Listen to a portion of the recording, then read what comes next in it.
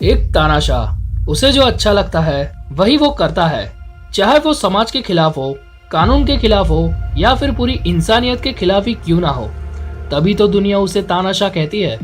अगर इतिहास के पन्ने पलट कर देखे तो ज्यादातर लोगों के दिमाग में सिर्फ एक ही नाम आएगा, जो कि होगा जर्मनी के तानाशाह एडल्फ हिटलर का, जिसकी क्रूरता के चर्चे आज भी लोगों को डरा देते हैं। और अगर हमारे इस समय की बात करें तो वर्तमान में भी एक ऐसा तानाशाह है जिसने अपने देश के साथ साथ दुनिया के कई देशों की नाक में दम कर रखा है। जी हाँ, मैं बात कर रहा हूँ नॉर्थ कोरिया के supreme leader Kim Jong Un की, जो पूरी दुनिया में अपनी हैवानियत के लिए ज्यादा जाना जाता है। और आज इस वीडियो में हम जानेंगे इतिहास और वर्तमान के इन दोनों तानाशाहों के बुरे और इंसानियत को भुला देने वाले कारनामों के बारे में, और देखेंगे कि कौन सा तानाशाह कितना ज्यादा कमीना है। So hello guys, welcome to Fact Paradise, और शुरू करते हैं आज की वीडियो।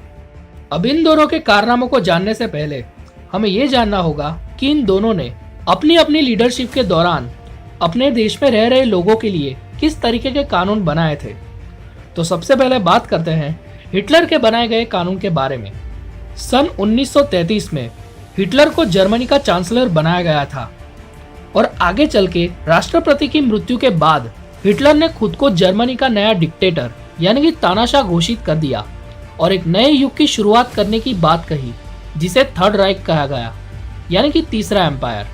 पहला था रोमन एम्पायर, दूसरा था जर्मन एम्पायर और तीसरा था हिटलर का थर्ड राइक।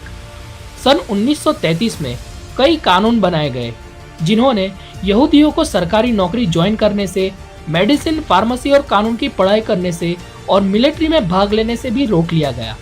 और जर्मनी के नाजी यही नहीं रुके, इसके बाद कानून में दूसरे नियम भी जोड़े गए। यहूदियों के अलावा इसमें रोमानिया और अश्वेत रंग के लोगों को भी शामिल किया गया। आने वाले सालों में यहूदियों को पार्क, रेस्टोरेंट, स्विमिंग पूल ऐसी जगहों पर उनके लिए प्रतिबंध लगा दिया गया। उन्हें इलेक्ट्रॉनिक उपकरण इस्तेमाल करने से रोक लिया गया।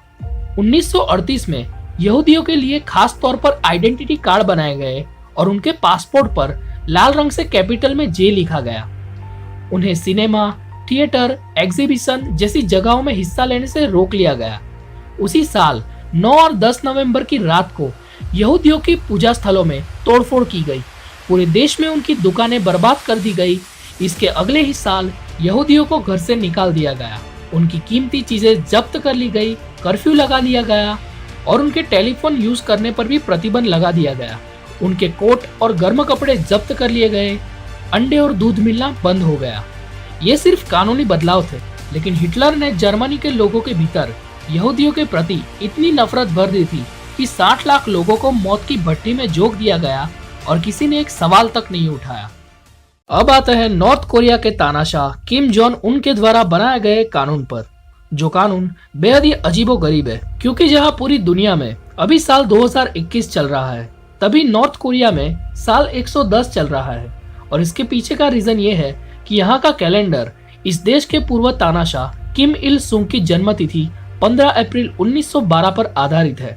नॉर्थ कोरिया में हर 5 साल में चुनाव होते हैं। यहाँ किम परिवार के अलावा किसी और को चुनने की आजादी नहीं है। लोगों के पास विकल्प ही नहीं होता, इसलिए 100% मतदान किम परिवार के सदस्यों को ही जाता है।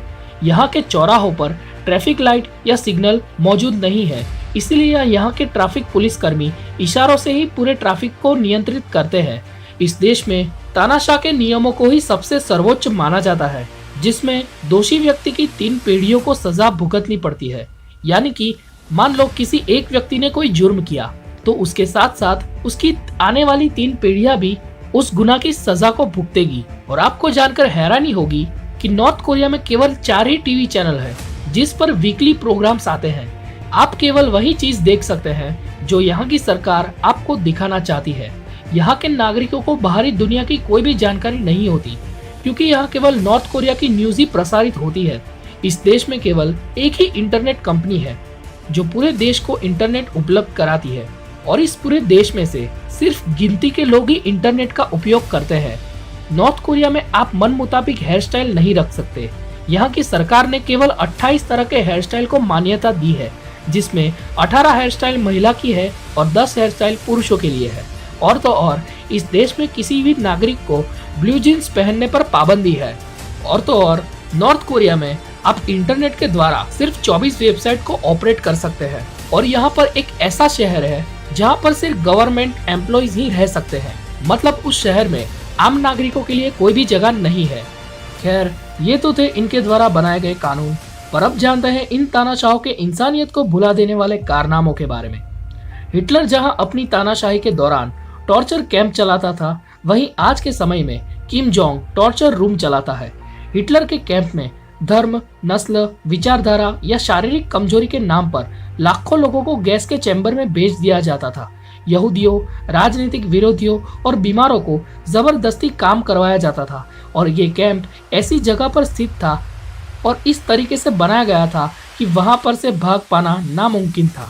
वहीं किम जोंग के टॉर्चर रूम में हर रात बत्तियां बुझने के बाद हर कमरे से चीखें सुनाई देती है, क्योंकि हर साल कोई ना कोई वहां से भागने की कोशिश करता है और पकड़े जाने पर उन्हें नंगा करके बेरहमी से रात भर पीटा जाता है। सबसे दर्दनाक बात तो ये है कि वहां के लोग बेरहम मौत से मर रहे हैं और दुनिया को इस बात का पता तक नहीं है। वहीं 1941 से लेकर 1945 तक हिटलर के हाथों किया गया होलोकॉस्ट इतिहास का वो नरसंहार था जिसमें करीब 60 लाख यहूदियों की हत्या कर दी गई थी और इनमें से 15 लाख तो सिर्फ छोटे बच्चे थे। अब आपको लग रहा होगा कि इससे ज्यादा खौफनाक क्या ही हो सकता है, लेकिन नहीं। जब पूरी दुनिया में कोविड की महामारी फैली थी, उस दौरान नॉर्थ कोरिया फूड सप्लाई के क्राइसिस से जूझ रहा था और इससे बचने के लिए वहां के तानाशाह किम जोंग ने ये आदेश दिया कि जिन जिन लोगों के घरों में पालतू कुत्ते हैं वो उन कुत्तों को सरकार के हवाले कर दे, जिससे सरकार देश में चल रहे फूड क्राइसिस को कुत्तों के मीट से खत्म कर सके। और यहीं पर नॉर्थ कोरिया के इस तानाशाह ने हैवानियत की सारी हदें पार कर दी। अब फ्रेंड्स, मैंने इस वीडियो में जानबूझकर लिमिटेड चीजों को बताया है, क्योंकि इन सनकी तानाशाहों ने अपनी जिंदगी में अनगिनत बुरे काम किए हैं जिसे इस एक वीडियो में कवर करना नामुमकिन है। लेकिन फिर भी आप कमेंट में मुझे ये बताइए कि आपके हिसाब से सबसे क्रूर तानाशाह आपको कौन सा लगा। तो ये थी वीडियो दुनिया के 2 सनकी तानाशाहों के बारे में जिनकी क्रूरता के चर्चे पूरी दुनिया में जाने जाते हैं। अगर आपको ये वीडियो अच्छी लगी तो इसे लाइक कीजिए, अपने दोस्तों के साथ शेयर कीजिए और अगर चैनल पर पहली दफा आए हैं तो चैनल को सब्सक्राइब कीजिए और नोटिफिकेशन बेल को ऑन कीजिए। इसी के साथ मिलते हैं अगले वीडियो में, तब तक के लिए stay safe, stay healthy and keep being awesome.